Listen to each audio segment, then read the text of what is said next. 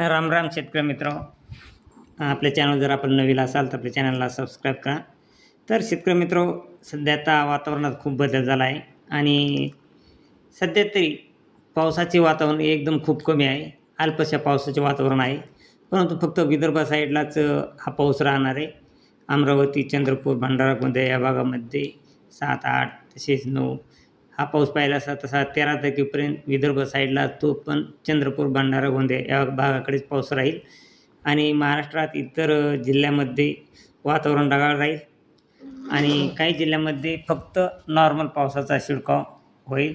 कारण वातावरणात सध्या खूप बदल झाले आहे. कारण 3 चक्रीवादळं आहेत पॅसिफिक महासागरामध्ये आणि त्यामुळं त्या ठिकाणी पूर्ण बाष्पीभवन खेचले जात आहेत. आणि खास करून सांगायचे म्हणजे शेतकरी मित्र, हे आषाढ नक्षत्र आहे.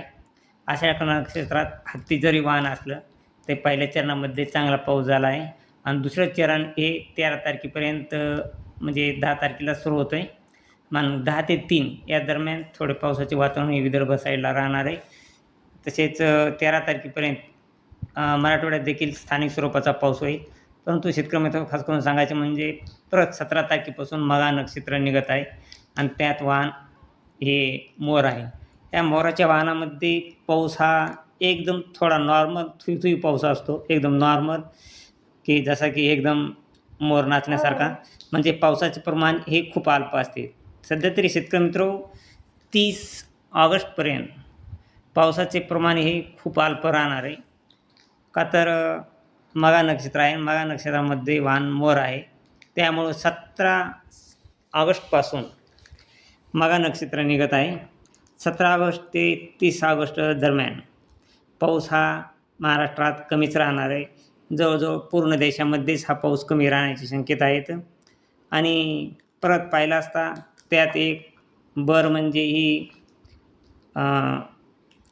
दोन्ही आपलं पॅसिफिक महासागरामध्ये जे चक्रीवादळ आहे त्या चक्रीवादळाचा देखील प्रभाव जाणवणार आहे. तो देखील बाष्पीभवन खेचले जाणार आहेत.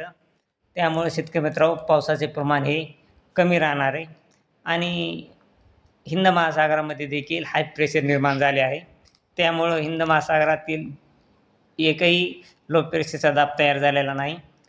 त्यामुळं पूर्ण देशामध्येच 17 ऑगस्टपासून पाऊस हा कमीच राहणार आहे आणि जवळजवळ तो 30 ऑगस्टपर्यंत पाऊस कमी राहण्याची सध्या तरी दाट शक्यता आहेत.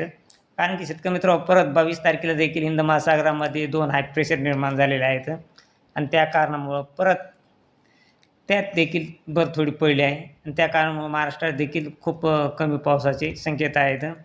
आणि जे 2-3 लो प्रेशर तयार झालेले आहेत चक्रीवादळ पॅसिफिक महासागरामध्ये, त्यामुळे देखील महाराष्ट्रातले जवळजवळ भारतामधले पूर्ण बाष्पयुक्त ढग हे खेचले गेले आहेत.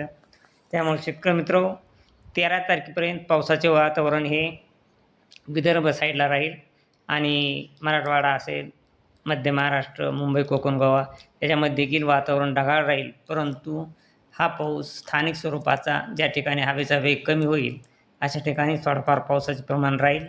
इतरत्र पावसाचे प्रमाण हे कमी राहील आणि तरी 30 ऑगस्टपर्यंत पाऊस हा कमीच राहणार आहे शेतकरी मित्र.